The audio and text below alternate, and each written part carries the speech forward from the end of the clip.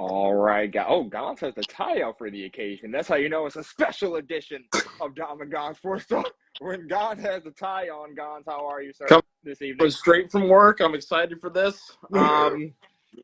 First weekend without Ravens football. Let's talk about it. All right, let's get into it, guys. Welcome to a very, very special edition of Dom and Gonz Sports Talk. You already know I'm Dom. You know that's Gonz. You know why we're here. It's State of the Ravens Day. No Ravens football this week. They are on a bye week, so now we will be discussing how the Ravens have been in the past 13 weeks, what the next 4 weeks hold, and what our hopes are as we are nearing the postseason.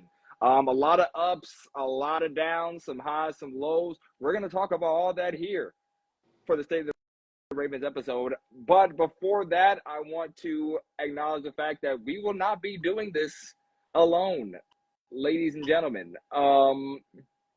we will be having two very good friends of mine, two special guests, joining the show. As soon as I figure out how to get them acquainted with the show. Let me see.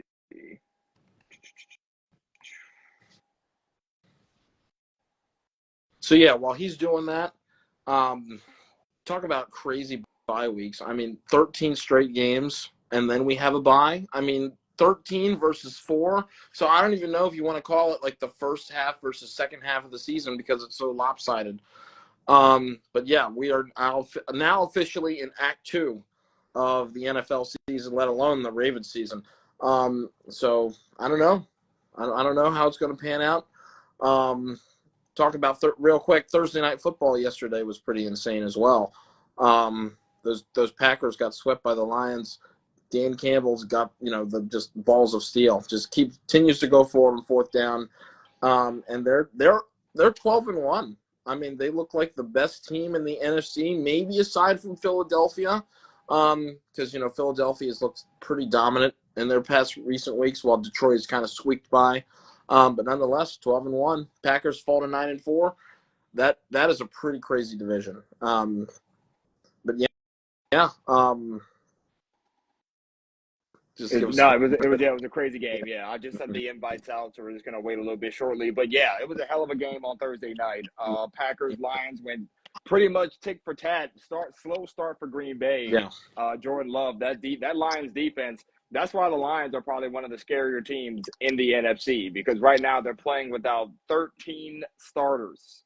They're playing without a lot of key guys and are still able to play at the level that they're playing at, and most importantly, without Aiden Hutchinson. And that alone is just like Dan Campbell. You just have to tip your cap off to the coach he is and how that organization is ran. It's pretty incredible what he's doing. There's no denying that. Yeah, I don't know, man. I just, you get the feeling that one of these are going to backfire. I mean, Goff fell and still handed the ball off on fourth down. That was absolutely ridiculous.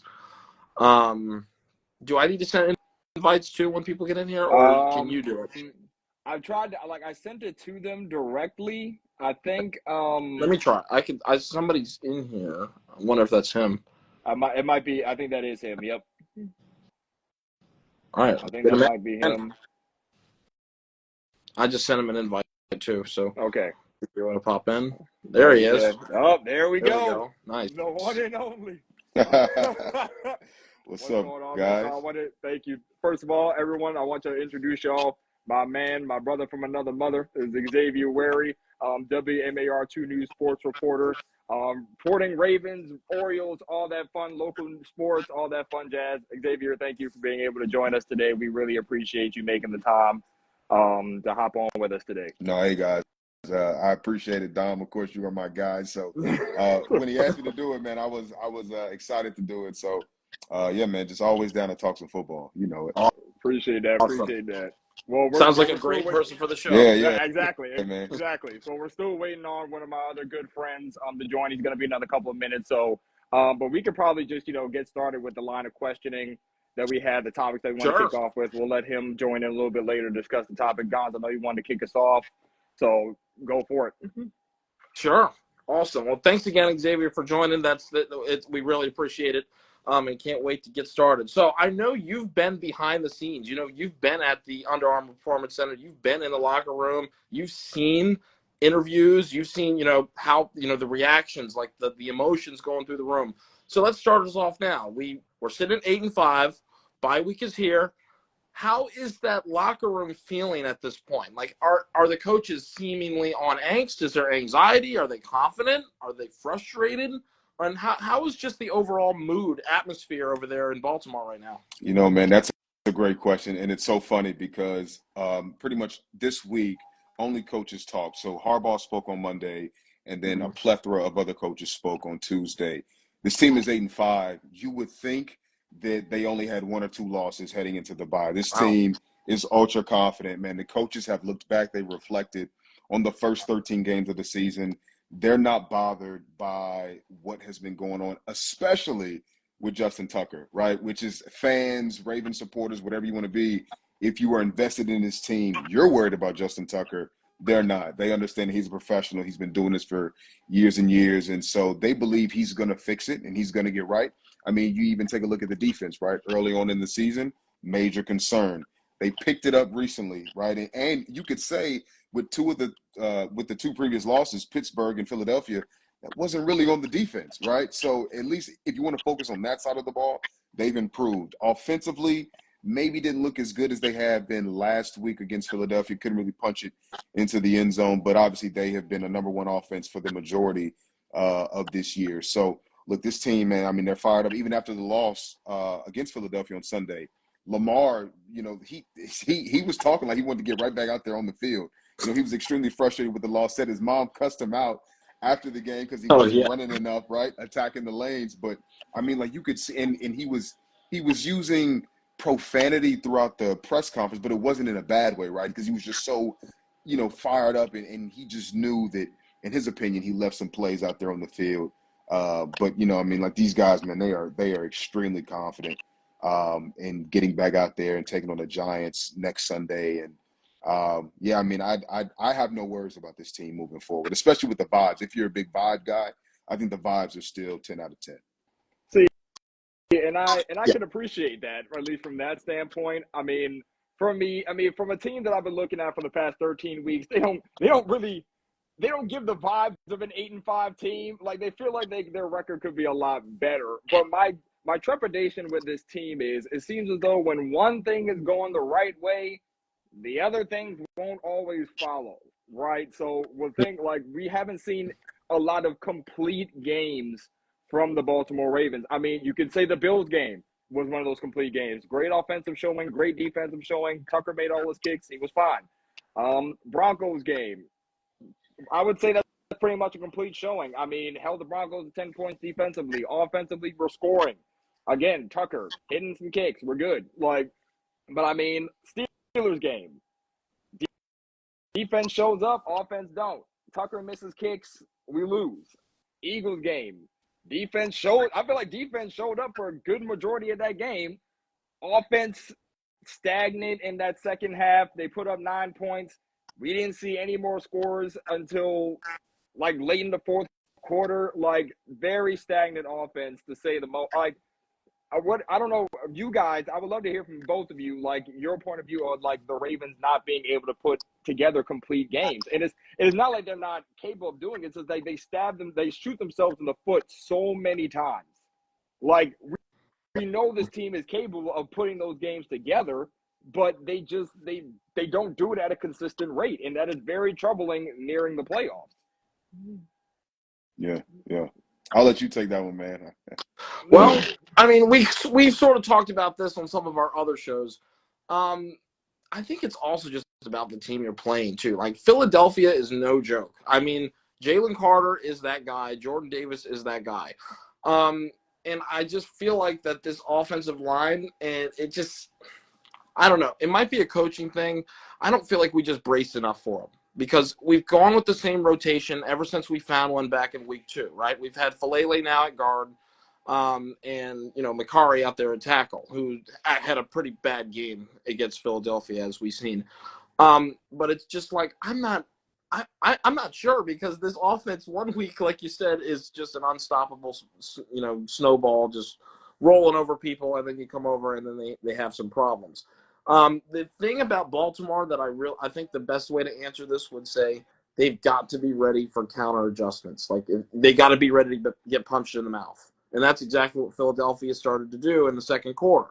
If you're going to keep our offense in the game, you scored 9 points coming out. We're going to throw something else at you. Let's see if you can handle it. And obviously they couldn't. They couldn't adjust, and we were stagnant for the rest of the game. So I think the Ravens need to start making more in-game adjustments, as we've seen from Zachary Orr. So maybe we need to start doing that more in Monken's favor, so we can dominate on both sides of the ball. Because that was something I praised about Zachary Orr's defense the past 3 weeks, was the ability to make in-game adjustments to help us secure the win. So maybe Monken's got to do more of that on the offensive side of things if things aren't working, or if things start to not work. Because we saw Derrick Henry burst a few out in the first quarter, and then where'd he go? Nowhere. Okay? I don't know. Maybe he's overthinking himself, but I think we've got to make those in-game adjustments a little bit better on all sides of the ball for us to maybe put together more complete performances. Because game plans are great. Your pregame plans are amazing. Like as soon as you can game plan all week, but then you get to the game, and after the first drive, you can say that it's not going to work, and you've got to throw it out the window. You've got to be on the ball, ready to adjust as soon as that ball's kicked off and you're in a football game. I've argued that those are more important than actual pregame plans because somebody could shut those down. You got to be adjusting on the fly. So I think that if Baltimore can do that on both sides of the ball, they could be able to they can have more success and try to put up more complete dominating performances.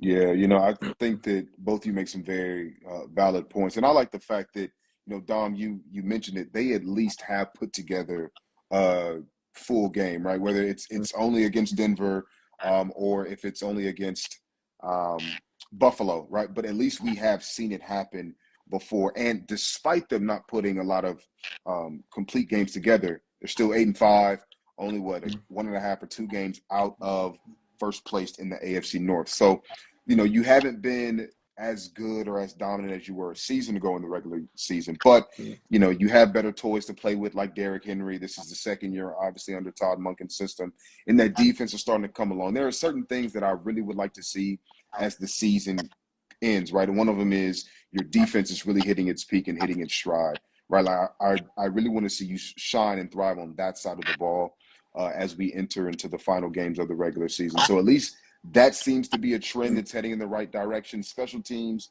is obviously heading in the opposite direction. So we'll see how that kind of looks after the bye week. But yeah, as long as you're peaking during this time of the year, that's what you want. And so I think they'll come out against the Giants and really, really kind of quiet some of this noise, although it is the Giants, right? So what do you really expect from them? But you have to gear up for a pretty tough stretch after New York, and I'm confident in this team. I think that they'll turn it around and really show people their full potential heading into the final 4 games of the season. About 4 weeks. And that's my main thing. It's just there's 4 weeks left. And the reason why I bring up the complete games point, and to both of your points, I agree that peaking right now would probably be the best time to do so, nearing the playoffs.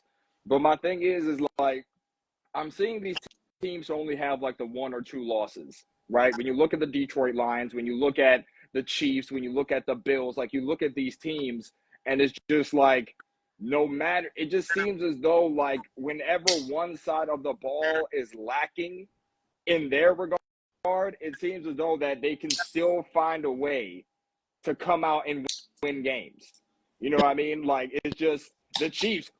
And Xavier knows it. Gonz, you know it. I am a certified Chiefs hater. I will wear the crown proudly. But, bro, they have, I don't know if it's voodoo magic. I don't know who they sacrificed or what. But, bro, they should have more losses on their record than what their record shows, right? Like, they could have lost to the Broncos the first time around. The blocked field goal was freaking insane, right? They could have lost to the Panthers, right? Like they just had a lot of close calls, and they still came out with the win.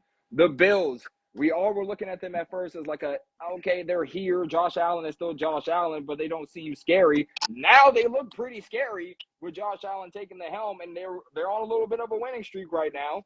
You know what I mean? I'm looking at these teams who have these wins and are getting these wins, and it seems as though they don't have to play perfect to get the wins. It seems as though when it comes to us in Baltimore, there has to be a perfect game. It damn near seems like. It seems like Lamar or somebody has to play lights out in order for wins to happen. And that's what kind of scares me heading into the postseason. It's like if Lamar's not at 100, like at 100, at his best level, we will lose.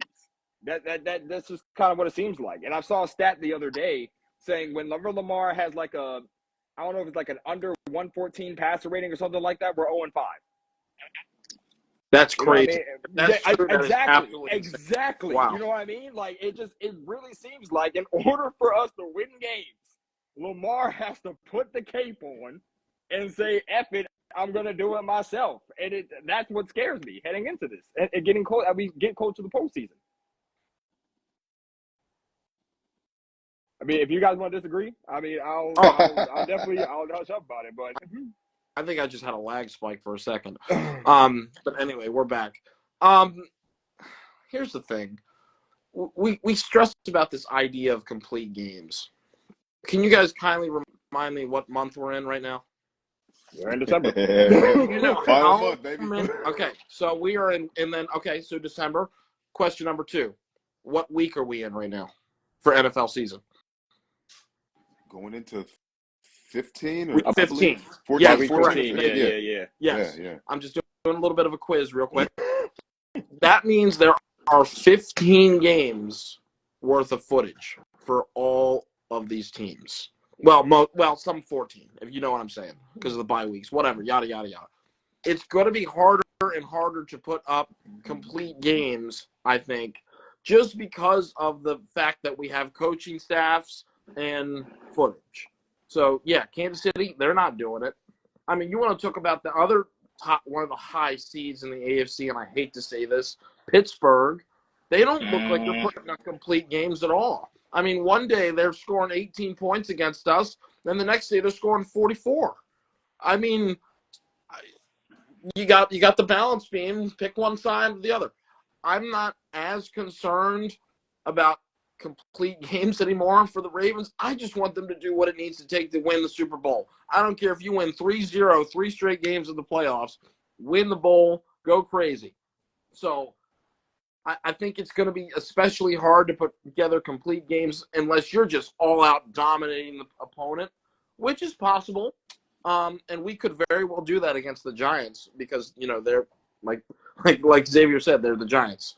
So it's like, y'all see what I'm saying with that? I mean, it's just going to, especially against well-coached squads, Kansas City, Buffalo, like they do their homework. They're not going to let you beat them with what you've been doing. And back to what the Philadelphia game was, they probably studied how we played offense the past couple weeks early in the year when we were scoring 30 points a game, 30-plus points a game, and they were ready. So I don't know if we can expect amazing just 40-10 games anymore. I don't know. Just how this team is built. I don't know what y'all think. No, I honestly believe that that's a very good and valid point because at this point in the season, you have to limit your mistakes, limit the penalties, limit the turnovers. You have to just try to play as clean of a football game as you possibly can, right? And so that's where, see, Kansas City, you can look back and there's a montage of how they've won a lot of these close games. And yeah, if you're anti-Kansas City, you're like, dude, this is absolutely ridiculous. But it's also them just knowing how to win and finding ways to win. And yeah, we may not have put together a complete game in all 3 phases. Maybe the offense lacked here, special teams missed a kick here or there, but it's about making the right and timely plays. I even believe that Philadelphia just had a timely drive when Saquon broke away, and he had 2 good runs in that fourth quarter. Obviously, the 25-yard touchdown run being the one that really broke the Ravens. But, you know, to me, it's just about timely plays and making sure that we play as clean of a football game as possible.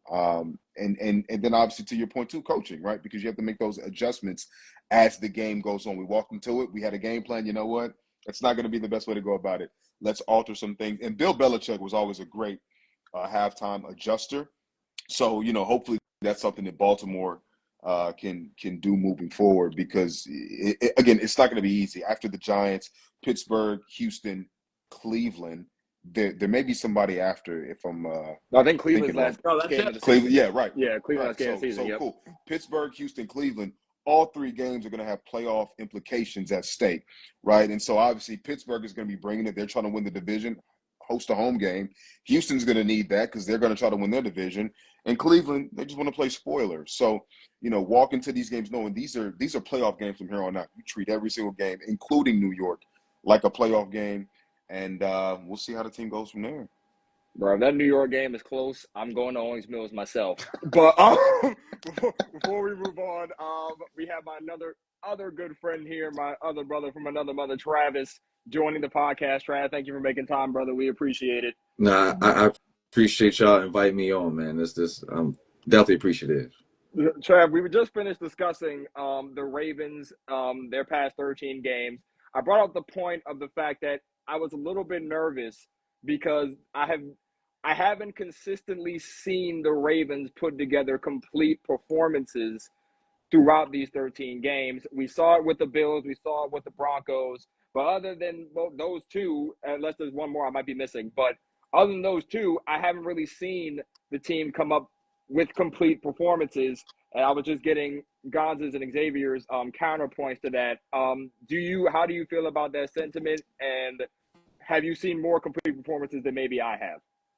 I agree with you on not having complete performances. I don't know whether it's the chicken or the egg, whether it's coaching staff or whether we just don't have as much talent as we've had, especially last year with the Triple Crown defense and the better offensive line. Your Zeitler's gone, your Clowney's gone.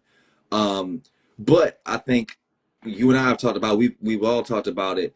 I think if you just run the ball 30 times a game, you cover up a lot of your warts, at least 20 to 25 times a game with the running backs. You cover up a lot, and you keep the number one offenses, the Eagles, the Chiefs of the world, the Bills of the world, the Lions. You keep these guys off the field, and I think that's where it all starts. I think the complete game, the entire organization, Owings Mills runs on running. America runs on Duncan. The Ravens run on running. Yeah, that's true. Every time, I know people hate the stat, but when Henry gets the ball 20 plus times, we win the game. He got the ball 19 times against Philly, I think, if I remember correctly. 19. So that's all I'm saying. That's all I'm saying. But yeah, it's just the non-complete game factor is really big. On top of the fact we got Tucker out here missing kicks. The offense might show up, it might not show up. Defense is beginning to show up these past 2 or 3 weeks. It gets a little controversial looking at this last part of the schedule and okay, can we not? Are we sure of this Giants game? Because y'all said the Giants are the Giants. But are we sure we can look at this Giants game and be like, oh yeah, we gonna handle it? I don't know. I really don't know anymore, to be honest with you guys. Again, if I'm the devil on the shoulder, y'all let me know. I'm not so sure jump in anymore. real quick. I want to go back on and comment. It kind of ties in what Dom is trying to say too. I want to comment on what Xavier was talking about earlier on when in the locker room. He was saying there was a very positive vibe. You wouldn't guess that there was an 8-5 team. So us as fans, do Ravens fans over-exaggerate? Because let's see some examples. Obviously, the football team itself, they're feeling great. They think they can go on a run. Got all the confidence in the world. Do us as fans overreact? I know Dom has come in here and just completely given up with the season for 24 hours. I remember. I can go back to the game. Gosh, what was it?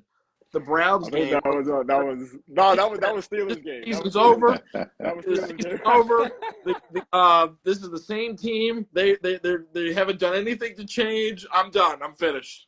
And I said, well, hold your horses, Dom. It's not over yet. Yes, it is. You get the picture. Do Ravens fans overreact, or are they quote unquote spoiled? And do we actually have a chance here? Like, are we just, what's the word saying? I don't know. Do y'all know what I'm trying? Y'all Yeah, I get what feel what I'm trying? Let Yeah, I me. get what you're saying. Yeah.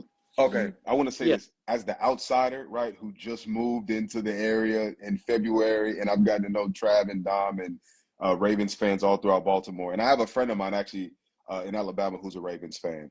Yes, very dramatic. Dom is extremely dramatic. I've seen shades of it from Travis every now and again when something doesn't go right, and they're like, "Man, the sky's falling. Ravens aren't winning anything. This team's a joke. Blow it all Yeah. up, right?" And I'm like, okay, guys, let's just kind of slow down and like simmer down a little bit. But obviously, it comes from a very passionate place. But as again, I'm looking at it from the outside. I support this team. I can't call myself a fan. I feel like I'd be cheating, right? And trying to hop onto the bandwagon. But I really do enjoy watching this team play football. I think this team is in a really good spot. And the reason why I say that is, it's not always about who boasts the best record in the NFL when the regular season's over. You just can't. It's not like basketball per se, where you can almost say best regular season team. You're more than likely going into the or going to the big dance. You want to be playing your ball at the end of the year, right? And I just really feel like with the defense coming along, I think that's a really good sign. I would really look at that, and I would have a really nice warm feeling inside of me because you guys know what it was like the first time you all played Cincinnati. Both times you played Cincinnati, it was shootouts. You had to rely on Lamar Jackson and Derrick Henry to constantly punch it into the end zone. I would say the Pittsburgh game would be I would look at that with a little bit more optimism. Does it suck that a team beat you and they didn't score a single touchdown? Yes.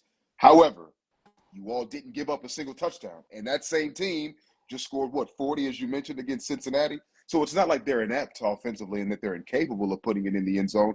Your defense did a good job, right? Now, obviously, that's the special team effect. And now we're looking at the offense like, okay, hold on, where now you guys are struggling when you guys carried us for much of the season.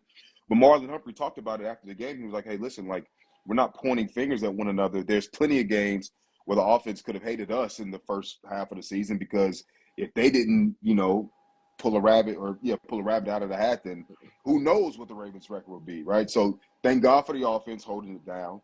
Now the defense seems to be doing that. Now the offense just has to give them a little bit more juice than what they're doing. But let's also not get it twisted.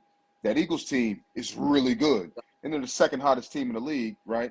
Right behind Detroit, maybe even Buffalo, so maybe third. But, I look at it as no reason to panic. If you lose against the Giants, maybe we got to revisit this and have a different conversation. But I honestly believe 3-1 to end the season is completely in play, and I wouldn't even go against 4-0. This team, like you guys, also won five or six in a row at one point this year. And yeah, you blew a couple. Honestly, blew one to Cleveland. But if you make a catch at the end of the game, that's ball game. You blew one to the Raiders in week 2. You blew one against Pittsburgh, in my opinion, with some missed kicks. So, listen, it's getting out of your own way, but also realizing this defense is really starting to pick it up. Now let's just see if we can get Justin Tucker back to being Tuck, and can that offense just kind of find its spark and find its rhythm again as we enter to mid to late December football. Trav, do you want to comment? I don't trust the coaching staff, and I don't trust. It's sad to say, but I don't trust Harbaugh in certain situations, and I don't trust him to call the play, to do what is needed to do to win when we absolutely need it. I've seen, for example, first MVP year, Lamar, Tennessee, they come here. It's great. Drake's here. It's all good. We stopped running the ball when the run was the only thing that was working at the time. We go to Buffalo 2020. We stopped running the ball. It's inclement weather. That's the perfect run the ball, tote the rock game. We did not run the ball. Last year we had one of the best Ravens teams ever. And the weakness of the Kansas City Chiefs at the time was the run defense. But we did not run the ball. So like for me, it's above the head of talent for me. It's like, are we going to do what we need to do when we need to do it? When the game wants us to win it. The game wants us to win. The defenses. I mean, I don't know if they could ever be in a better situation again. So that's kind of like where I kind of become melancholy. Molly is coaching staff. They could win out, but I still don't trust them in January. Yeah, no, I can get your point, and I partially want to defend myself. I can be overdramatic. I wholeheartedly agree. But the reason why I was butthurt after the Steelers game because Russell Wilson looked like he looked pedestrian, bro. Like he looked pedestrian against that defense, and I'm over here like, bro, there's no way we put up 2 touchdowns. They don't put up any. There's no way we lose this game. And I'm just sitting here like nothing for Pittsburgh is really working except their defense. So I'm like, how are we in danger of losing this game? And it's just like Lamar's record against Pittsburgh isn't great.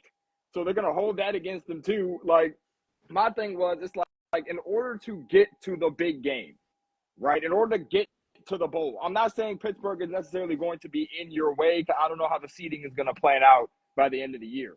My thing is that in order to get to the big game, you got to fight your demons. And we all know Lamar and the Ravens is 2 demons right now. It is Kermit Mahomes and fucking the Steelers. Mike Tomlin. Like that's the demons right now. And I'm like, bro, we couldn't get Mahomes by a toe, by the way. We could not get Mahomes in the beginning of the year. And we lose the first game to the Steelers. And I know we see the Steelers again, so I'm not really tripping on the Steelers. But my thing is like, bro, we have to find a way to conquer our demons because we can't do it. I mean, there was like 4 or 5 fights on the field when we played the Steelers. Like our emotions get way too high every time we play them. They get in our heads, bro.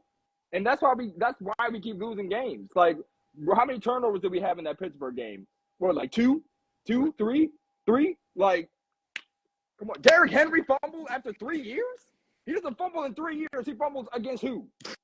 Like, come on, bro. Like, it's demons. I don't know what's going on, but we can't battle those demons. It just gets frustrating. That's why I was ready to act like the sky was falling, because it's like, bro, all the bad stuff that happens to us seems to happen when we play those 2 teams. And it's just very frustrating to see on a consistent basis. That's why I'm like over dramatic in that situation. It's frustrating. It's very frustrating to see. Yeah, that team has had our number for years, and it's just so aggravating. What are we, like 1 out of like the last 6? I think we're like 1-4, 1-5 against them. Is it? I thought it was worse. Okay. Yeah, I think it's like 1-4, 1-5 since Lamar, at least anyway, that I know of. You guys know the only time we beat Pittsburgh was in 2022 when I made the trip up to Heinz Field, or now known as Acrisure Stadium. I actually made the trip up there and watched Tyler Huntley go in and get a concussion, and in comes Anthony Brown to lead us to victory against Mitchell Trubisky and the Pittsburgh Steelers, 16-15. You go about how in the world that ever happened, but we can't win with Lamar. I don't know. I don't know. But yeah, I don't know, man. I don't know. Yeah, I don't know, bro. It's like I said, bro. They have the same voodoo magic the Chiefs do when it comes to. I don't understand how we can beat that. It's very frustrating. Yeah, I completely agree. All right, I want to shift back to Justin Tucker. I know we talked about that a little bit at the beginning of the show, and that Baltimore is completely confident in that he can turn it around. And I know I thought about it right after the game on Sunday. I said, I'm done with Justin Tucker. I was so irritated. I was just, I hated. I was so mad at the team. And I thought he truly cost us the game. Then I slept on it, woke up Monday morning, and it's like, who else is there at this point? There's no one. One of the names I heard was Cade York. I mean, that dude used to play for the Browns, and he was a guaranteed miss every time I remember watching him. We don't need people like that. So but here's my thing. I agree, you need to ride with Tucker. I do agree, ride with Tucker. But something has to change in practice. There has to be a moving variable, a changing variable. Like the equation that we have for special teams with Justin Tucker, MX plus B. There has to be a variable change, because whatever's working is not working. So, and I'm confident, I'm still holding out hope that Justin Tucker can turn it around. and I'll get to why in a second, but I think they have to do something in practice to push him a little bit. And maybe he should not do as many Royal Farms commercials and opera concerts and focus on kicking your field goals. Then do it. If you have to do that, do it. Sorry, I'm just going to say that. Tough love for Justin Tucker. But here's why I'm still got my foot in the door on Justin Tucker. When it comes to those big games, clutch kicks, like zeros on the clock, make the field goal, I still think Justin is your guy. I mean, let's look at this year. I think the biggest field goal of the year, or the biggest clutch moment for him was in the Bengals game. Okay, 30 seconds left in Cincinnati. This is week 5 to force overtime. 57, 58 yarder, can't remember. Drills it, money down the middle. Then the game winner in overtime, money down the middle. And that's the old Tucker that we remember. Those pressure kick situations. Does he have ice in his veins to get it done? So I'm hoping, and I really hope he don't cost us a playoff game. I'm hoping he can channel that old Tuck from 2012 to just drill those pressure kicks. And we haven't really seen too many pressure kicks this year that it's like, okay, this is the kick for all the marbles. So that is my only thing that I'm holding out hope right now. They got to change something in practice. But let me hear, what do you all think about Tuck, and what do we got? What are your all opinions on that? Yeah, Coach says that he's kicking it well in practice and in pregame.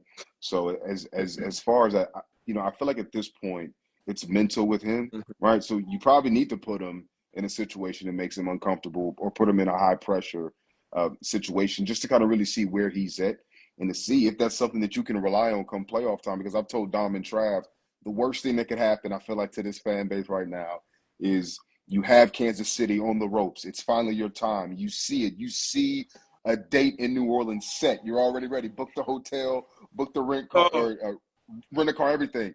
And then it comes down to a Justin Tucker kick and he can't do it. That would set this fan base back decades. And I wouldn't want to be a part of that, right? I really wouldn't want to see what that would look like. But, I think that what has to change, and ironically enough, I also mentioned this prior to last night's game, you have to start approaching these games like Dan Campbell. You got to start going for it. In my opinion, you just got to start being ultra aggressive, and you got to go for it, because you don't want to leave it, to me, on his leg right now. Kickers have the right to, at least somebody as accurate and as reliable as Justin Tucker, you have the right to go through a slump, right? But right now, the noise is so amplified and the pressure just seems to be mounting. And it's not necessarily all on Tucker. This is a fan base who's starving for a championship. Why? Because they understand we have the talent to do so. We have arguably the best quarterback in the league. We have the pieces put into place. We should be winning championships or fighting for championships year in and year out. And as long as that calendar turns year after year and Lamar does not have that Vince Lombardi trophy attached to his resume, that pressure to me only increases year by year, because he wants to get that monkey off his back. The coaches, I feel like they want to get that monkey off his back, the team, the player, everybody. So I just feel like right now there's a lot of pressure on Tuck, because it's like, dude, you're the one thing that we didn't think we would ever have to worry about when it came to this. But now here we are. So I would just say, in order to kind of protect him or to work around his flaws, you need to be going for it. In my opinion, just be ultra aggressive. And I don't say that like, oh, that's all you got to do. Just be aggressive and whatever happens, happens. But you saw something in that Chargers game on their own 16-yard line. First half, they go for it on fourth down.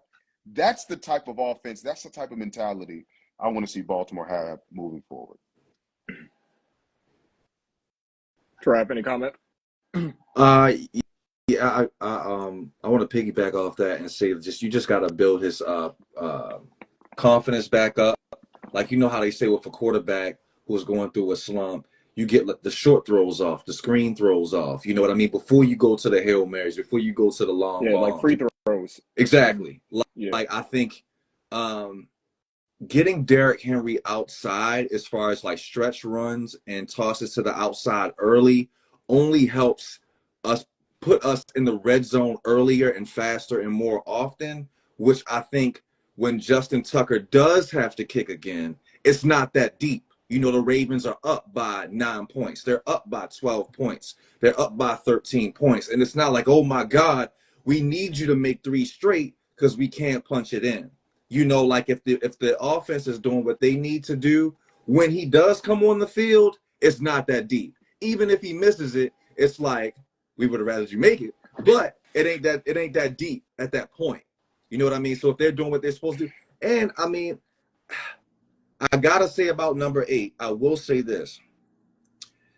The avalanche started to happen in the wrong way for the Ravens versus the Eagles when he and likely missed on that one play. I think he expected likely to go further downfield, and he stayed shallow and he overthrew him. I think that was the start of the whole thing, which had everything else unraveled. So that's the reason why I say that. It's to get those easy at bats with Justin Tucker and build his confidence back up.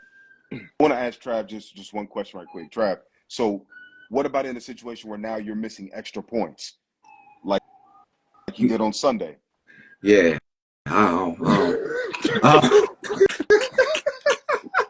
I don't know, man. I mean, because the thing is like we were talking about it, right? That is mental. I think he may be seeing ghosts at this point, man, where it's just kind of like the walls are closing in on him, and I feel like that's kind of like a shot fighter or like a what you call it. Like, you remember when Tiger was really the GOAT. And then he had that issue off the field, and he was like never the same. Like, he couldn't win anything after that. You know, he was like psychologically shattered.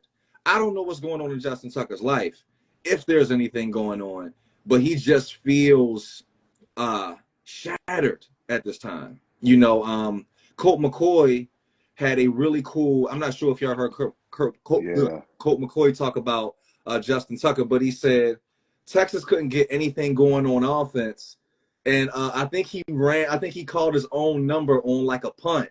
And he just tried to fake the punt himself, like without anybody knowing. And Tucker was he didn't get it. And Tucker went to the sideline, was like, "Well, I had to call my own number to try to make something happen because y'all wasn't doing nothing." Like, so I think that's the Tucker that we need back. And I don't know how we get him back. Yeah, man, he doesn't have the aura. I don't know what happened to him. He doesn't have the same aura that he's had around him for these past couple of years. I told Xavier this a couple of weeks ago, if it ever came down to that point where the game is on the line, AFC Championship, we're in Arrowhead and we're about to win the game, we need to tuck a field goal, and he doesn't do it, I'm gonna have to put myself in an insane asylum. I'm already not coming into work. I'm gonna just tell everybody I can't make it, bro. I need the straight jacket. Like, I would literally, like, talk about sending a fan base back decades. I don't know if I'll ever recover from that. Like, I'm gonna keep it a whole stack with you. Like, I really don't know if I can show my face in civilization if that were to ever happen. I'm gonna knock on wood because I don't think it's going to happen. But yeah, as far back to Gonzi's point, you can't, going away from Justin Tucker right now would not be a great move, in my opinion. I mean, I know he struggled. I think he's at 70% kick-wise this year, the worst ever in his career, I think. But there's not much better. I mean, and he's not the only person in the league missing kicks. Like, if you look around the league right now, a lot of other kickers have struggled this year. It hasn't been a great year for a lot of kickers. Not giving Tucker any excuses, I get that, but he's not the only one struggling. I don't know exactly what is wrong with him. I don't know if it's a mental thing. I don't know if there's anything going on with him. But as far as is concerned, I still have a lot of faith in him that he will bounce back. My confidence hasn't lacked in him. Even when he's going out there on the field, I know Ravens fans right now, we're just sitting there like, oh God, here comes Tucker. I don't know what it is. I don't know what's about to happen.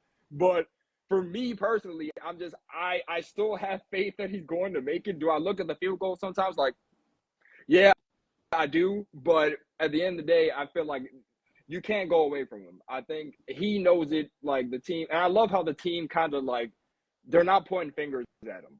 You know, it's just like Lamar. You saw Lamar in the post-game presser on Sunday. Xavier, I know you were there. He was pretty much saying, like, listen, man, we should – like, Lamar's over here saying, bro, we shouldn't have put him in that situation in the first place. You know what I'm saying? In those situations. And shout out to Lamar because that's just the leader he is. You know what I'm saying? He's never going to point fingers at anybody but himself, which I can respect as the quarterback of the team. and, Harbaugh hugging him on the sideline. You know what I mean? It's just that support, I feel like, will go a long way for him. I feel like now last week after we lost, I was like, bro, Tucker don't need a bye week. His ass need to be kicking every single day from Monday to Sunday from every distance until he makes consistently. That was me last week, but after seeing everything, I was like, he's the GOAT. I know he's not looking like it right now, but he is literally the greatest of all time when it comes to this kicking stuff. He's made a 67-yarder. Like to beat the Lions. How many years ago was that? Two years ago against the Lions when we needed it. 2 or 3 years ago. 2 or 3 years ago. Yeah, like bro. Whenever I know he was automatic. Like literally, when back in the day with Tucker, you could go get a sandwich when he was about to kick a field goal because you knew it was going in. Right? You can go get a sandwich, go get something to drink when he's on the field because okay, Tucker's gonna make it. Now these days we don't know.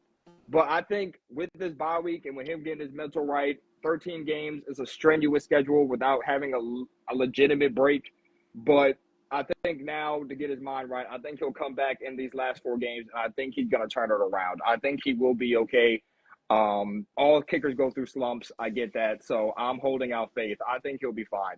But I'm not gonna lie, he needs to be fine right now because we need him now more than ever.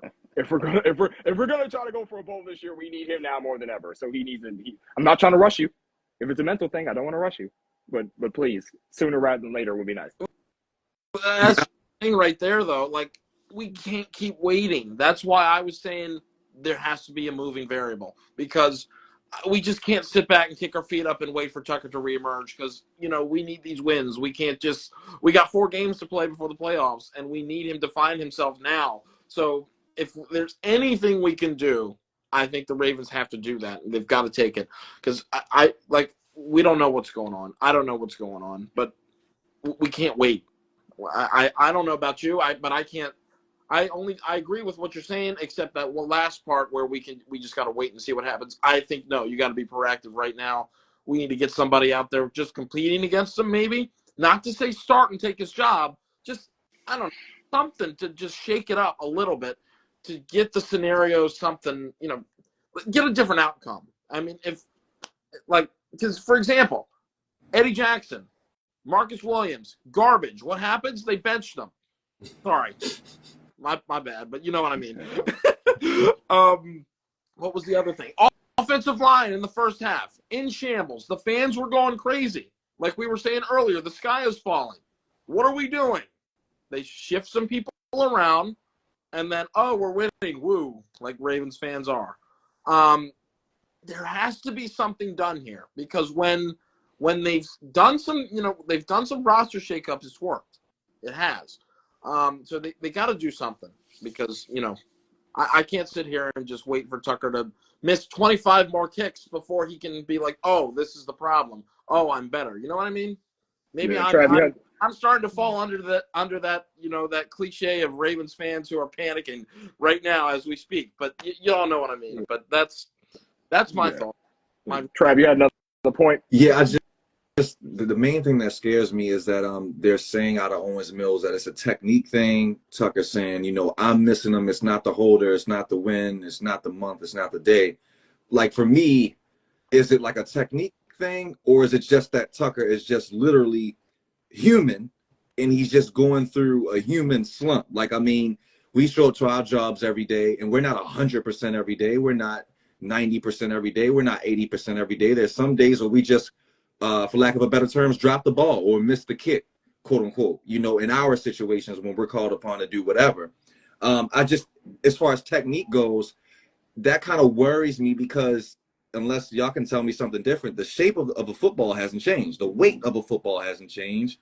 The stadiums haven't changed. The goalposts hasn't changed. So like, why would you change what you're doing from boot to field goal or whatever? Like why would you ever change what you were doing for 10 years or whatever when people were like, it's you and Vinatieri, it's him and Vinatieri? You know what I mean? I don't know why you would ever change that. One quick thing for me, and then I'll let Dom and Xavier finish that. I completely agree, and it's very, very concerning. Okay? He's missing them all left. But the thing that jumped out to me at the Eagles game, he started missing right at the end because he's trying to overcompensate. and then he hits it straight. It's like my golf swing. I'm hooking him right. Okay, let me aim to the left. Oh, shoot. Then it goes dead straight left. What am I doing? I'm just like out here swinging my club. That's scary because he's overcompensating, and then he hits it straight. So it makes it look like he has no idea what he's doing. You know what I mean? I want to hear your thoughts, but that was really scary on Sunday when I said, oh, my God, he missed it right. This dude, he has no control of where this ball's going. It's just a loose cannon. Xavier, I know you talked to Tucker in the lockers. Obviously, he's not his usual self.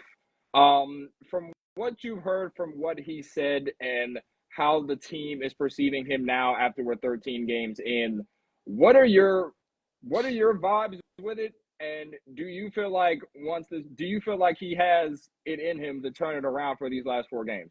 Yeah, from where I sit and stand, right, depending on what I'm doing, I feel like, as he was talking about it, he just mentioned a lot of it was on him. He didn't say anything was on the snap, nothing was on the hold, everything was on him. Yes, he addressed the fact that a lot of them are going left, and as Trav mentioned, technique, but me personally, I believe it's just a mental thing. And Trav, like you obviously touched on it, but man, like, there are many times I've shown up into work and I'm like, you know what, I just don't have the greatest of days, or I don't have the best energy in me today, whatever the case may be. And that's why I said earlier, like, if anybody has the right to kind of go through a slump, it's him.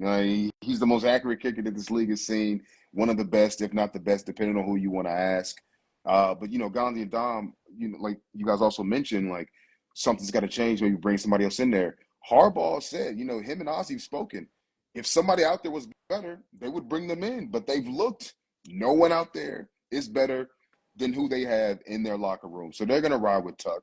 And Harbaugh being a special teams guy, having that background, he's going to go out there and lean on this guy. You know what I mean? As he should, just because I think of what he's done. Like, you have to rely on that, right? Like, it's not like he's a guy and this is his 3rd year in the league and it's like, okay, wow, this is extremely alarming. Does it suck that he is missing kicks 1,000%? But I also feel like the guy has a history of showing you, like, I'm not just reliable, I'm Mr. Reliable. Like, I'm not just one of the most accurate kickers in the NFL. I'm the most accurate kicker in the world. So, I think, and maybe I'm just Mr. Optimistic, right? I don't know how that became the thing, but maybe that's just who I am now. I think that he'll turn it around. And if not, then yeah, you'll start looking at things in the offseason, maybe bringing in somebody else. But I think for right now, we're too deep in the season, guys. And you're not just going to find, a prime Justin Tucker kicking it on the couch right now. That's just that's not going to happen. So whoever you bring in, you also got to remember, you don't want to rely on their leg. Last thing about it, I'm from Alabama. So I say that because I grew up, I had a very, very close eye on the Alabama Crimson Tide, switching over to college football. I've also seen this up close. They are the most dominant college football program of our lifetime, right? I'm not even a Bama fan, but why do I bring that up? Because early on in their prime, Bama fans hated whatever kicker was on their team because they just felt like they could not rely on the kicker. But Coach Saban would not put a game on a kicker's legs. He wouldn't even leave it up to that. So that's why it goes back to my earlier point of, just to me, be hyper aggressive. Don't put Tuck in those situations knowing that he's struggling right now and that it's so late in the season that every game matters. You want to make sure that you hide weaknesses as much as possible, right? That's a lot of what sports is about, right? Lean on your strengths, hide your weaknesses, try to compensate, make sure that your weakness is not exposed. Therefore, special teams is a weakness right now. Make sure that offense, defense, coaches, you do everything you can throughout the duration of the game so that when we look up and it's 3 seconds left, we're not looking like, oh my God, we need Tuck right now, or Tuck has to come through. You could do that in years prior. You can't do that right now. So to me, it's up to offense, defense, and coaching staff to pick up the slack. And obviously easier said than done, but just do everything in your power to make sure we don't put the game on his leg right now, because he's not the same guy. Now, maybe he'll show signs and he can get back to that guy, but there's only 4 games left and we don't have much time. Yeah, and this will be my final point on the Tuck situation. Listen, as a dude who's grown up pretty much with Tuck on the Ravens, like, it's really hard to see him go through this. Like, especially because, like, again, and back to Xavier's point, like, if anybody deserves, I'm not saying he deserves it, but if anybody should get as less slack for going through a slump, kicker-wise, it is him. So, I mean, but, and I hate the slack he catches from the fans, like on the washed antics. I'm a part of it too. I posted it on my story with the gun. And I was like, "Oh, Yeller, I'm a part of that too." So I'm not going to oblige myself from the slander. But it's like you can't bring anybody else in because I can't think of anybody better than the Justin Tucker in this situation right now. And as much as I want to say, yeah, go for two every time, or go for it on fourth down, our play calling sometimes on those conversions are sometimes a little like that weird ass read option play, wildcat play. I don't know what the hell Monken was thinking. I don't know if that was a goal line 2-point. I forgot what game it was. It was just so bad. But like the defense was just on us already before the ball even snapped. I don't know what we were doing, but whenever it comes to those conversion plays, and thankfully when we did do it, I think that was the Chargers game where we had a couple of fourth down conversions. It was pretty successful for that part, but our play calling on those plays are so inconsistent. I also question going for it in those situations. Campbell, he has all the trust in his team. Like that play calling, I even trusted. I'm not even a Detroit fan. I respect Detroit, but shoot, when they're on it for fourth down, I feel like they're probably going to get it the way that they show up in those games. Like for us, I just don't know if the play calling is as consistent as Detroit's in those situations. Because shoot, they were 4 or 5 last night in fourth down situations. That's insane. Like, what was that, an 80% clip? Like it's quite literally bonkers to go for it that many times. And even in your own like in the other territory, you're going for it in that situation. That's crazy. But like I said, I think Tuck will turn it around. I think once we come out of the bye, he will get it going. Like Gon said, we need it sooner rather than later, but we need him. We're going to need him. I think it's going to be that point where we're going to need him. And we're going to have to lean on him like we have, because some days the offense won't always have it. They'll put you in the situation to get there, but we're going to need you, bro, because we can't keep leaving points on the board. That's what's cost us these games. 22 points we've lost by combined this year. 22 points worth of kicks Tucker's missed. I mean, you got to chalk it up to that. He knows he has to be better. He'll be better. I have faith that he'll be better, but it starts with him, and then we take it from there. But, all right, so moving on from Tucker, I want to get more into this Diontae Johnson situation that has been plaguing Ravens fans and Twitter for the past couple of days. For anybody who doesn't know, Diontae Johnson has been suspended for the next week's game against the Giants due to behaviors detrimental to the team. What those behaviors are, I will let you know. He didn't want to go in for the Eagles game for whatever reason. The reasons we don't know. I don't know yet. They didn't come out and say why he said no. But I want to circle around the chat here to get everybody's thoughts. First question, is Diontae Johnson warranted for not wanting to go into the Eagles game on Sunday? And 2, do we look at this Diontae Johnson trade differently since it's occurred? Because he hasn't really been involved. He has 1 catch for 6 yards since being acquired by the Ravens. The Trey White trade looks way better right now than this trade for Diontae. We kept talking about how he was going to be, another weapon for Lamar, another great route runner, all the yada, yada, all this other jazz. But we haven't seen it yet. So is he warranted for not wanting to come into the game? And 2, do you look at this Diontae Johnson trade differently? Well, I guess I can start. What was that? Oh, no. Go ahead. Okay, cool. My bad. I don't got the best Wi-Fi in here in this old house. Anyway, so I don't know. I feel like this guy's part Pittsburgh Steelers still at heart, because it's just a double agent.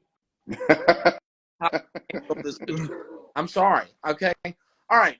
So to be fair, I get why you could be frustrated coming to a team and not getting a lot of snaps. I get it. You're used to being either wide receiver 1 or 2, because that's where he was at Pittsburgh, and I'm pretty sure he was either wide receiver 1 for the Carolina Panthers. Y'all can correct me if I'm wrong. So I get the maybe lack of snaps could be a little bit frustrating, but it's not like you've done much with the opportunities you've gotten. That's my rebuttal. Like, every time he's thrown the ball, he's thrown the ball, he's either tripping and falling on the ground, or, it's just not even close. Or it's off his fingertips and a potential touchdown catch against the Steelers. I know y'all remember that. I know the ball was a little bit overthrown, but he didn't help out Lamar in any way by running that route so close to the sideline. He didn't give him any room to get that ball out to the corner for a touchdown.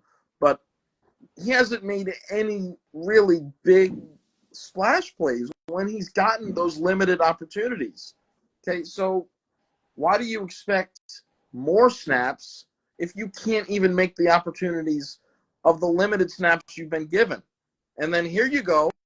You get a big chance here against the Eagles with a wide receiver 2, Rashad Bateman, going out with a knee injury, and then you don't even want to take the chance.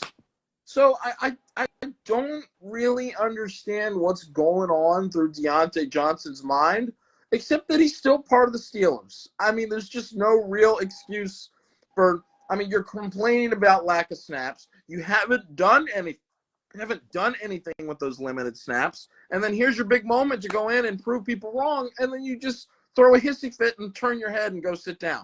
So I don't know. I personally don't like it. And this is probably why the Carolina Panthers shipped him off for little to nothing. I know he was a head case in Pittsburgh, too. So we don't need that kind of stuff in our locker room. Like, I've always prided this team, and this team hasn't been very good. And there was a stretch when they were, really not that great overall with Flacco at quarterback through, like, those 2015, 16, 17 years, but I always prided that the locker room drama was not a problem here in Baltimore, and we don't need those kind of guys to come up and screw that up. You know what I mean? So me personally, if this is going to be a trend where we're going to be talking about Diontae Johnson throwing hissy fits all the time, like we see over with George Pickens, you can go ahead and sign the papers and get this guy off the team ASAP, in my opinion. I'm looking forward to what you guys have to say, but that's my take on the matter. Yeah. I don't think it was a terrible trade, only because, Gonz, as you just mentioned, you only gave up, I think a 5th or 6th round draft pick to get him. Deal, yeah. Yeah. So, and at the time of the trade, the Ravens were the number 1 offense. So I feel as if anything he was going to give you was just going to be loose change, right? I just kind of found this, and it is what it is. You weren't relying on him to take you to the next level, I believe.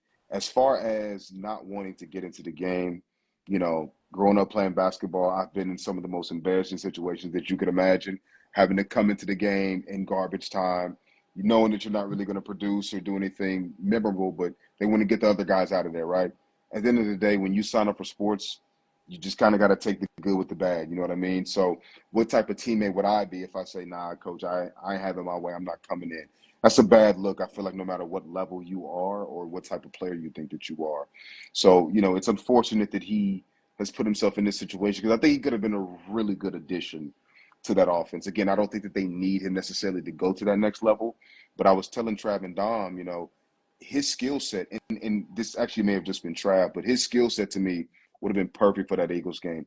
There are times when I watch this Ravens team play, and I'm like, they could use a nice, solid possession receiver sometimes. Somebody I could just throw it in his area, and I know, what, it's not 50-50 with him. It's more 70-30. You know what I mean? Or it's more 80-20. I just feel that confident about a guy who's something I can just throw it his way and he'll just make a play. And it's not a tight end. I need a receiver. And I felt like he was a good enough option. Not a great number 1 option, but a good enough option in that aspect. So I don't think that this is detrimental to the team, and I feel like the vibes are still good outside of his area, to where that won't slow the team down. I think that they'll still be able to kind of regroup. Now, hopefully, this is just a 1-game thing, and maybe he comes back against Pittsburgh, right, a la as a double agent. I just thought, but maybe he can come back against Pittsburgh, and that could fire him up. You know what I mean? Like it's. I saw this tweet the other day, and then I'll shut up. But it said, never trust a receiver if they've been let go by Pittsburgh, because Mike Tomlin can handle and fix just about anything and anybody. right? So if Tomlin lets you go, then what does that really say about you, right? So who knows how this looks moving forward, but yeah, I don't think this is a huge thing for this team. Trev, any comment? Yeah, I don't think it's a huge loss. Like Xavier was saying, but I think it just goes back to, for me, John Harbaugh and more organizational things, just kind of how like some players just don't find their way onto the field. If I remember correctly, Ray Rice only really started getting snaps, I think, when the guy in front of him got hurt. I forgot who it was, but Ray Rice was the best back in that backfield off rip, as a rookie. But like, it just took time for him to get to the field. You see guys like Tim Patrick. People don't even know the Ravens drafted him. He's on the Lions, and he's doing fairly well. Didn't he get like 2 touchdowns last night? Sold my parlay, yeah. You see what I'm saying? Like, and Tim Patrick is 6'4". I think he would have been a great X-receiving option for the Ravens if he found a way onto the field. Every time Tylan Wallace gets the ball, he makes a play. I mean, it's like every other time he catches the ball, it's a touchdown or a first down, but he does not find his way onto the field.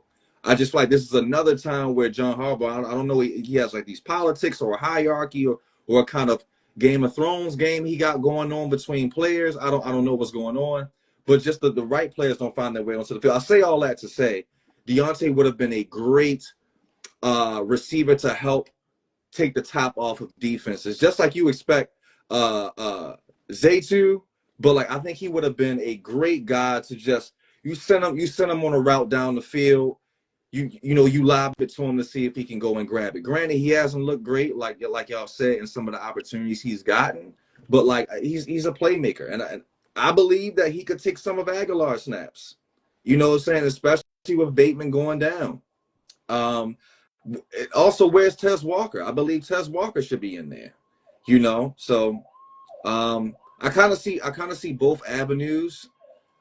I don't think it can hurt to have him in there, to be honest. If they can work him, and again, getting that chemistry down. Like, is there a way that you can get him and Lamar on the same page? Maybe he gets some comebacks, some easy comeback routes, some flat routes, some crossers. Like, get them on the same page, so maybe he takes a dump-off pass that was originally meant to be 5 yards, 30 yards, or 20 yards, or a touchdown.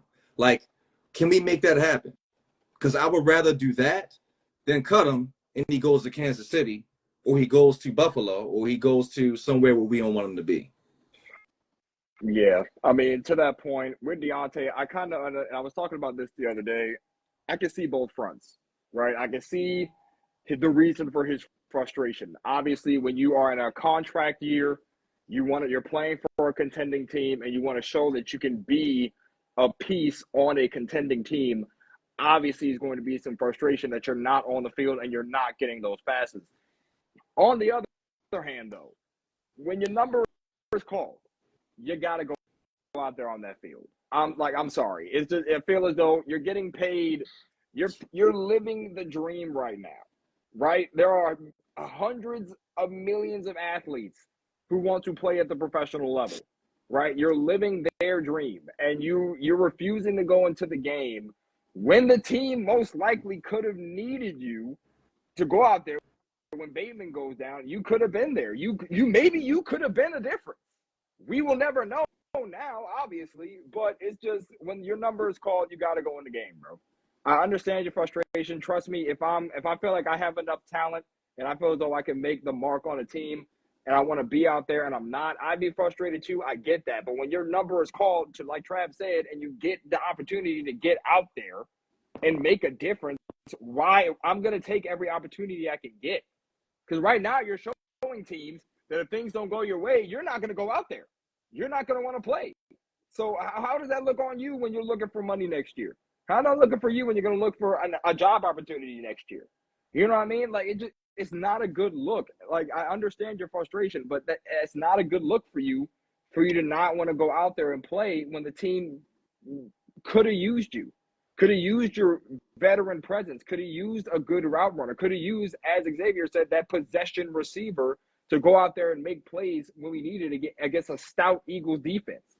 So I don't know. Like for him, if we're gonna cut him, I don't know. Like because I don't. I just feel like though it's kind of, and you guys can correct me if I'm wrong, but I just feel like it's going to be awkward at this point because you've already suspended him for one game. So I don't know. It just feels awkward having him in there now because it's like once he comes back, cause what's that game after? So the Steelers game, you bring him back for the Steelers game. Yeah, what if he is a double agent? I don't know. He might try to cause us that shit. We need it. Like, I don't know. You know what I mean? It's just, I just don't know. I don't know. But for me, bro, like you get the opportunity, bro. You got to go in. You got to go in, and if you can make an impact, you make that impact because right now it just doesn't look good on him. But I can understand both fronts, but you got to go in the game when your team needs you because right now you're just looking kind of salty that you didn't go in, and now it's like, well, now we're telling you to go in, so go in and make a play. Now you don't want to do it. Like, how does that make you look? It's not great. So I can see both sides of the fence, but it's not a good look for him, bro. I don't know if we're gonna cut him though. Xavier, I don't know if there's been any chatter if there's gonna be a possible cutting, but yeah, I have no. Prior to the suspension, anytime someone asked Harbaugh about Diontae Johnson, he just shut it down and said, "I'm not ready to talk about that right now." So, he's obviously going to keep that close to his belt, and I probably won't know anything until you all find out anything as far as him possibly being cut or not. But there was always something weird there surrounding him because once they brought him in, obviously everyone's on cloud nine. We're all happy welcoming him in, bringing him to the team, but slowly, week after week, you're like, okay, this guy's not getting involved. What's up there? Is he not learning the playbook? Is he dealing with an injury? Like, what's going on? And then, after the game, we kind of asking, hey, is everything all right with Diontae Johnson? I'm not ready to talk about that right now. Then I think 2 days later, we obviously find out he gets suspended. So, it obviously hasn't gone the way that people would have hoped. But still got 4 games left. So, if he still suits up in 2 weeks, that part remains to be seen. If we don't see him, I already know where that goes. Yeah, right. Yeah. If he's not out there for Pittsburgh, right? Right. If he's not there for Pittsburgh, you already know how that's about to go. That daggone. But yeah. So as like we said, Ravens bye week is here. Giants next week. We are at MetLife Stadium. Not my preferred stadium to play for various reasons. Oh gosh, yeah. Gonna hope that we can come out of that one in one piece. Knock on wood. But I kind of want to gauge you guys on this game. Now, obviously, any other week, I'm like, oh shoot, Giants, this is a layup. We about to drop 50. You know what I mean? Like it's not even up for debate right now. But the way this team has been playing right now, like I said earlier, I'm here with it. I'm not exactly sure what is going to happen in this game.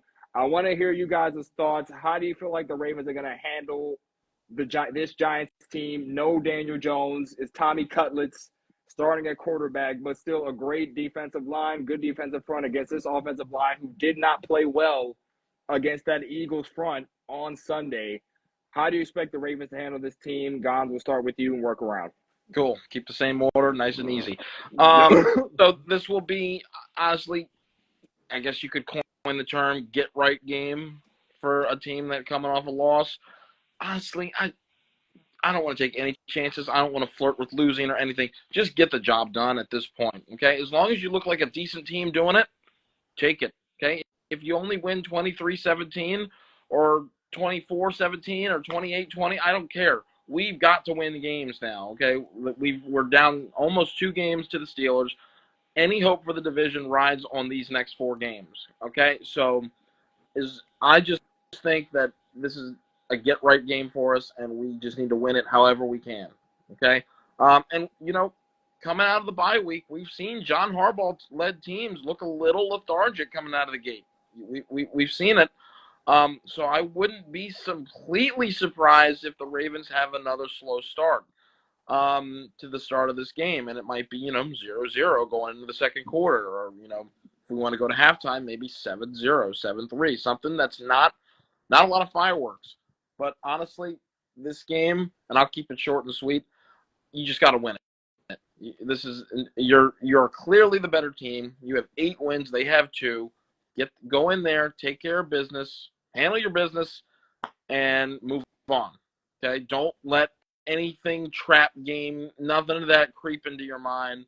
I don't think this is a trap game. We need to win this. Okay? We're 8-5. We're not the best team in the league. Trap game would be for the Lions if they played somebody garbage the next day. So handle your business and let's move on to next week and get yourself ready for this run. This is the first part of that 4-game run. So let's see how you do it. Yeah. Ravens know what's at stake. Respectfully, the Giants aren't even in their class, same fighting class, weight class, none of that. Also, Giants know what's at stake for them. They're trying to get that number 1 pick. So they're obviously coming out there tanking and throwing the game. But look, these are two teams obviously heading in polar opposite directions. I believe Baltimore, they know what they need to do. I think they handle New York with ease. Yeah, just please run the ball. I mean, just give it to Derrick Henry. Give it to Derrick Henry 22 times. I don't know, Keaton Mitchell will be back. Give it to Keaton 8 times. Give it to Justice 4 times. Just run the ball, work play action based off of that. Get your RPOs going. Get your get your short stuff going. As a matter of fact, I would love to see Derrick Henry catch some more passes. How about that? You know what I mean? I love the play last week where it was like a play action play, fake to Derrick Henry. Derrick Henry eases his way out into the flat, and they just toss it to him. He looks like a bulldozer going downhill. I want to see more of that. You know what I'm saying? So yeah, run the damn ball, please. Run the damn ball. Yeah, I mean that's pretty much it. I'm telling you, I said it earlier. I'll say it again. If this game is even close, I'm going to Owings Mills on Monday. I'll be in Owings Mills myself because it's getting to that point now, right? This is crunch time. This is fourth quarter of the season before we get to the dance, right? Like you need to be winning because you got Pittsburgh again, and lo and behold, that game's about to piss us off. I already know it. So you got Pittsburgh, you got Houston on Christmas with Beyonce performing. So hopefully the lights don't go out again. And then you got Cleveland to end the year. Like, you need those wins. You need to stack wins. You can still win the division, right? Because the Pittsburgh now, if we beat them, they still got Eagles and they still got Kansas City. Those are 2 easily losable games for Pittsburgh. So if we win, we could take back the division and maybe host a playoff game in Baltimore. That would be nice. You know what I mean? Get that home field advantage cooking. It starts with the Giants. And you try to steamroll everybody else. But it starts in MetLife. I don't even care what the Giants' record is at this point.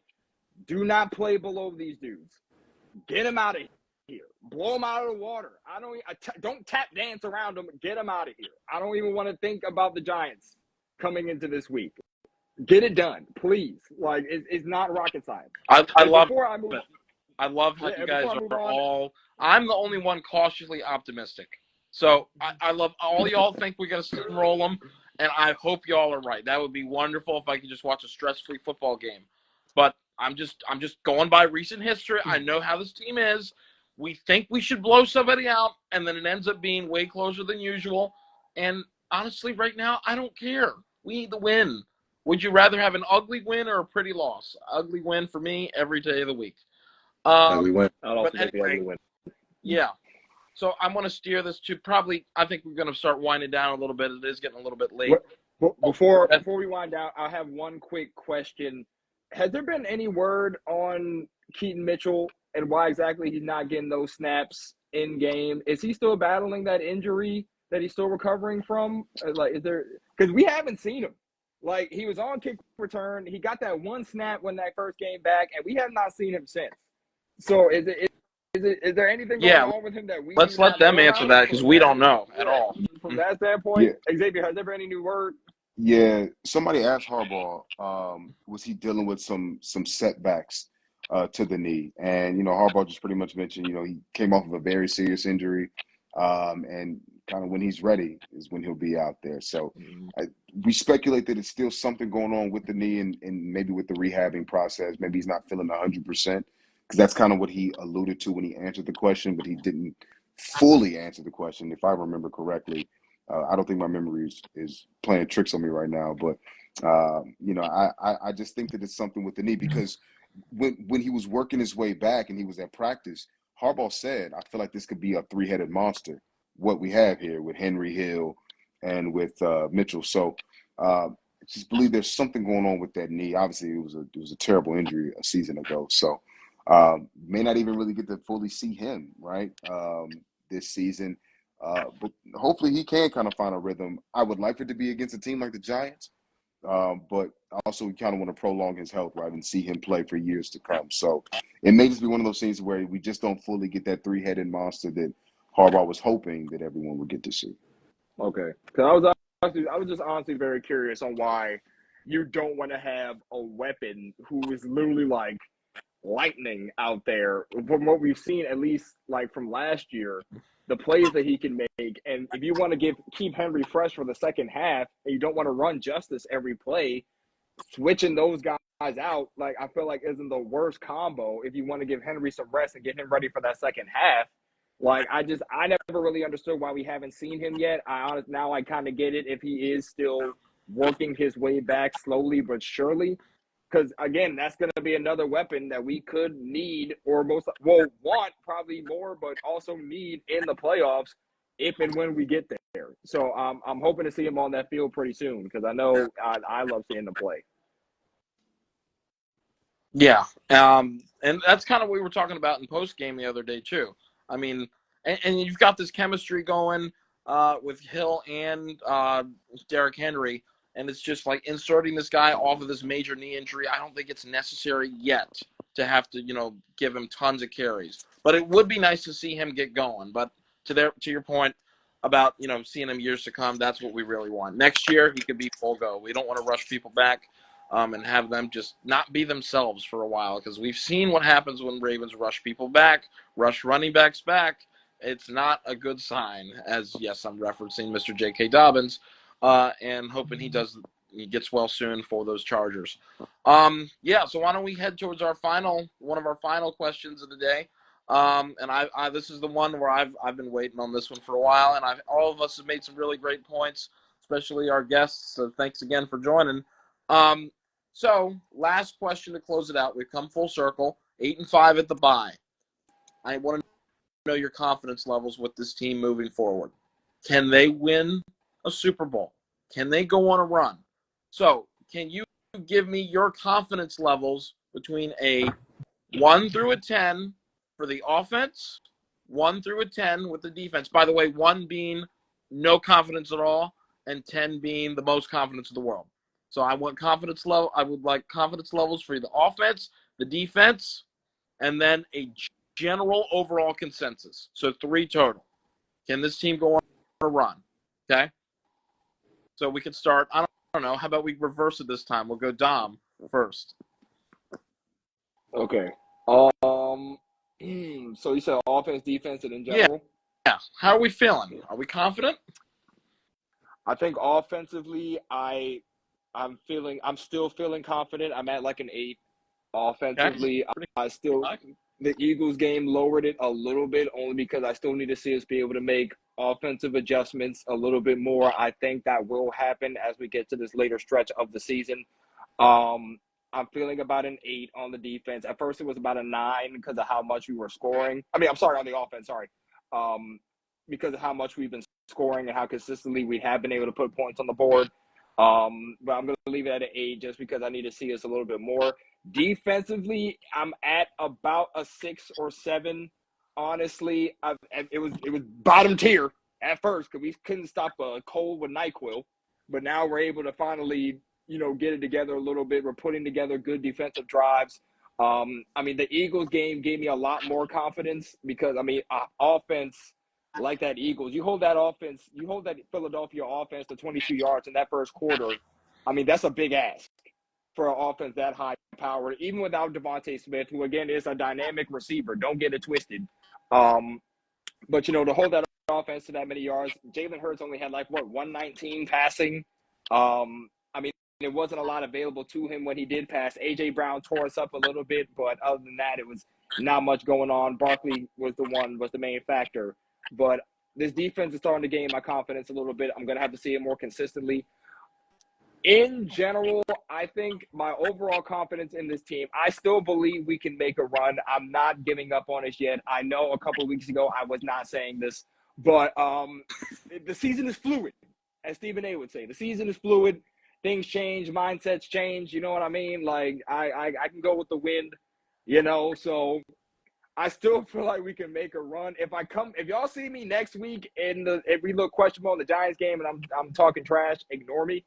But at the end of the day, I still think we can make a run. So in my overall consensus, I think I'm gonna give us like a 7.5 or an 8 that we can make a run. In my humble opinion, I still feel confident we can make a run. We got Lamar Jackson. Like, as long as he's the one back there taking the snaps and commanding this team, my faith will always be there. So I'm still feeling about a 7.5 and 8. I still think we can do it. I believe in us. I mean, we were 10-6 when we won that Super Bowl in 2012. So anything can happen. Okay, you'd like to hear that? I would love that too. Travis, you want to give us your thoughts? I would say offensively, I would say a 7.5. Just because, again, like, coaching staff, you know, what they're calling situational football, you know, like, if they go away from the run, I mean, I think the sweet spot here is, I mean, the more things change, the more they stay the same. With Flacco, it was a lot of balanced ball, and you kind of wanted Flacco to kind of throw the ball maybe 22 to 25 times a game. I think that's Lamar's sweet spot as well. 20 to 22 times a game. You want to run the ball 22, 23 times a game. You want to stay balanced. So if they can do that, I feel like 8.5. But if they don't, and they kind of go away from, and they kind of hear the noise, and they want to prove this and prove that, and go away from what they do, 7. Defense, I was telling Dom, I don't think the defense needs to be excellent. It doesn't need to be the Triple Crown of last year. It just needs to be 16. Can we get halfway? Can we be literally mid, you know, in the league, and just continue to not let the explosives happen? If they can limit the explosives on top of them continuing to stop the run, they're going to be a hard out. I'll give the defense, if they continue on this route, a 7. Overall, I feel 7.7 out of 10. Okay. It's good, yeah. Offensively, I'm gonna mimic Trav in this. It should really be a 9, but I think that I'm sitting at about a 7 because I'm worried that, like, that Kansas City game from last year, I can't get that out of my head. To be the number 1 rushing team all year and to completely transform into something different on the biggest stage of your season, like, that just has not left my mind. And I fear that that's what this team will do again. But hopefully you learn from your mistakes and you add in a weapon like Derrick Henry. And you have the number 1 offense in the league, right? Number 1 or number 2. It should be at an 8.5, but because of the history, I'll go 7. Defensively, coaches have mentioned that they have simplified things, limiting the explosives, as Trav just mentioned. That's something that they've done a much better job at. To me, this defense, again, is trending upward. You should buy stock in them right now. I would say I feel at about an 8 with the defense. Overall, I'm going to have to go 7, only because I'm just worried about getting into a big stage, a big moment, and you transform into a team that you haven't been all year. I just don't want to see this team make that same mistake, because it's really hard for me, even as a supporter of Lamar, because I want him to beat the narratives and, you know, to overcome all that type of stuff. It really hurt me sitting from afar watching that Kansas City game a year ago. And I was really questioning what the heck happened here. Why did we turn into this type of team, right? So I just say, because of that, I would say overall I'm at about a 7. Yeah, great points. Yeah, I can't believe they didn't run the ball against Kansas City. They didn't even try. You guys are bringing back memories. 3 carries to Edwards. 3 after force-feeding the run game down the Texans' throat 1 week before. Oh my goodness, man. Every time I I just see opened up guys, a wound, man. by the way, I'm a season ticket holder, so I go to almost all the games if I can. I was there at both the AFC Championship game and the Texans divisional playoff game, and they played so well against the Texans. Like, I haven't seen a Ravens put together a performance like that in a postseason game in so long. And they were just running all down. Oh, my gosh. I was so excited for Kansas City, and they just didn't do anything. But anyway, let's go back to 2024. Yeah, back to your points. They have not allowed – I know Travis was talking about this big plays in the passing game. 3 games now where they have not allowed a 20-plus yard passing play. That is what you want to see as you get down to the playoffs. I mean, we're in December now, folks. Just a few more weeks, and we're in January. That is playoff football. So that is a big trend in the right direction. I'm really liking what I see from this defense. I'm going to give them an 8.5, honestly. I'm loving it. Okay? This is what Baltimore Ravens defense is all about, okay? Yeah, sure. Are there still chinks in the armor at times? Yes. And even in the run game, yeah, we saw Saquon get loose. But I think the offense has got to fill that void so then we can afford to give up something like that. But I am a little bit nervous because as all of you have said, this team has underperformed in offense in big games when it's mattered, and that meaning playoffs. So it does scare me a little bit, and I feel like when you play those Andy Reids in the playoffs, they're going to adjust and they're going to really throw everything at you, and they're going to try to get you off your A game, and we have to be ourselves. Have to be yourself, and that is going to be the challenge this year. But at the same time, if you are running the ball, let's say you are running, and Derrick Henry gets 10 carries to start the game. What if he goes 10 carries for 6 yards? Something gross. They're going to test your will. And I'm just a little bit worried. And then they have to make those in-game adjustments. Like we were talking about at the beginning, Ken Monken make those in-game adjustments based on the scenarios happening? I'm not completely sold. Right now, you've seen this before, though. We've seen this before. The Ravens' offense looks like a house of fire in the regular season. Then you get down to the end, and it's slowly starting to get predictable. Teams are ready. Is there a way for this year's offense to return to that form that we saw in the first half of the season, even September, October, when they were putting up 30-plus points a game? If they can do that, and this defense trends up, there's no one in the NFL that can take this team down. We've seen it, okay? But I just am not sold how I've been, how I've been watching them recently to give them a high grade for offense. So I'm going 6.9. 6.9. Not quite at that 7 range, still in the 6s. Prove me wrong, please, Monken, because it's been a little scary against these good teams. I mean, we're seeing the same. Yeah, Pittsburgh, 16 points. I mean, I can't. That Pittsburgh game made me so angry. We had 10 points the whole game. We get to the last drive, and we rip right down the field and score in like a minute. Like, where was that urgency the whole game? I don't know. The urgency, that's another thing. Urgency for this offense. There needs to be a constant sense of urgency so you can get in these end zones and put together these drives. So, yeah, 6.9. 8.5 for the defense, 6.9 for the offense. Intangibles, overall thoughts. This has to be our year. If we don't win the bowl this year, I don't know what's going to happen. No, I know. Literally went out and bought Henry. If we don't win this bowl this year, I can tell you what's going to happen right now. now. So here's what I'm going to say. I'm going to go out on a limb. I'm going to give this team. I'll be highly upset. Here we go. 9 out of 10. We got to win it this year. 9 out of 10. We're winning it. We're going to get hot. We're going to go all the way. We're going to get Lamar his ring. I don't care if we suck for the next 4 years. But I cannot see us losing this year. If we don't win the bowl this year, I don't know what this team's going to do. But they're going to have to figure something out. So I'm going to give them the benefit of the doubt. I'm going to say they get it done. They find a way. They overcome their fears of the Chiefs. They knock them off and get to the bowl. Because once we get to the bowl, I think we could definitely beat the NFC team, whoever's in there. And I know the Eagles played well, but I think we gave them that game away too, low key. Sorry, but respect to them. No, y'all know what I'm saying. But we had our fair share of mistakes. But yeah, this is it. We have to win the Super Bowl. I know I'm going crazy with the optimism, but this is it. Got it. We bought Derrick Henry. I don't know what else to say. Win the Super Bowl, Baltimore, because if you don't, there's going to be a massive offseason with endless questions coming out of next year. And I don't even think about it. Don't I can even tell want to you think right about now, if we don't win the bowl, Trav will be outside of Owings Mills with the Fire Harbaugh sign ready to it. go. Yeah, it You might know I will. have to be that. You know I will.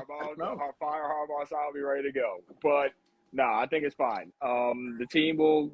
They know what's at stake. I mean, it's what everybody wants to do. You want to win a championship. This is where it starts. It starts in this part of the season. You get your defense is playing well at the right time, peaking at the right moment, playing well against very, very well-rounded teams. We just have to be consistent on all sides of the ball. You do that, you're right there with a champ. You're at a championship caliber. How many more years is this championship window going to be open for? Like, Not many. It's Not safe many. to say it's been since 2019, right? I mean, Yeah. You get Henry for one more year. Lamar is going to be 30 soon. I mean, the window is not as – and you got these young quarterbacks coming in. You got a Caleb Williams. You got a Jaden Daniels. You got a Bo Nix. J.J. McCarthy, when he comes back, we don't know what he is yet. The window is not as open as people think. So it's got to start now. This running game might not be as dynamic as it is right now with Derrick Henry at the helm. And you get one more year out of him after this year. right? Yeah, it's now or never. Know how dominant this offense will be next year. Right now, we know how it is. They're first in the league, like y'all been saying. You got to take advantage. You got to cash in. That's it. Yeah, that's the best way to put it. I think this is about the time we probably can start wrapping up right about now. Any final thoughts from you guys before we, get up out of here? Gonz? I'll go last. I'll let them go first. Okay. Trav, any final thoughts on this Ravens team, the outlook, anything? Run the ball. Run the ball. Just run the damn ball. Run the ball. Run play action. And I want to see Pat Ricard in front of Derrick Henry more. I would like that as well. Put Pat Ricard. It's like having Juggernaut block for Colossus. I know y'all know X-Men. It's like having Juggernaut run through a wall first and then having Colossus right behind Juggernaut. That's what I want. There you go. Xavier, any final thoughts? Yeah. Limit the mistakes, limit the penalties, defense, keep doing what you're doing, and just see how you go from there. Yeah. Like I just said a second ago to answer Dom's question, cash in with what you got this year. There's nothing else I have to say. And a big thank you to both of you for joining in our show, too. Travis and Xavier, thanks again. Yeah. It's been a pleasure chatting with you guys, talking football, and great to meet both of you. So, yeah, hope to have you back sometime. Yeah, no, likewise, man. Thanks for having us, brother. Just four dudes talking ball, man. Yeah, they owe me a favor, so I had to cash in. But yeah, thanks for everybody for tuning into the stream. We greatly appreciate it. Trav, Xavier, again, thank you for dedicating your time to this. I know you guys could be doing anything else on a Friday night, but you're sitting here with us talking ball, so we appreciate it for joining us on the State of the Ravens stream. For everybody watching on YouTube at home, thank you for watching our content. We greatly appreciate it. Every like, comment, share, we take it with happiness. So thank you again. You will probably see me and Gonz again pre-game for Giants, most likely next weekend. Hopefully with brighter outlooks that we've had after Eagles. So yeah, that'll be it for us. Thank you for another Dom and Gonz Sports Talk show for this special edition State of the Ravens. We'll catch you guys again. Thank you to our guest again for joining us. We'll catch you guys next week to talk Ravens Giants. That'll do it for us. And let's go Ravens. Yeah, that part.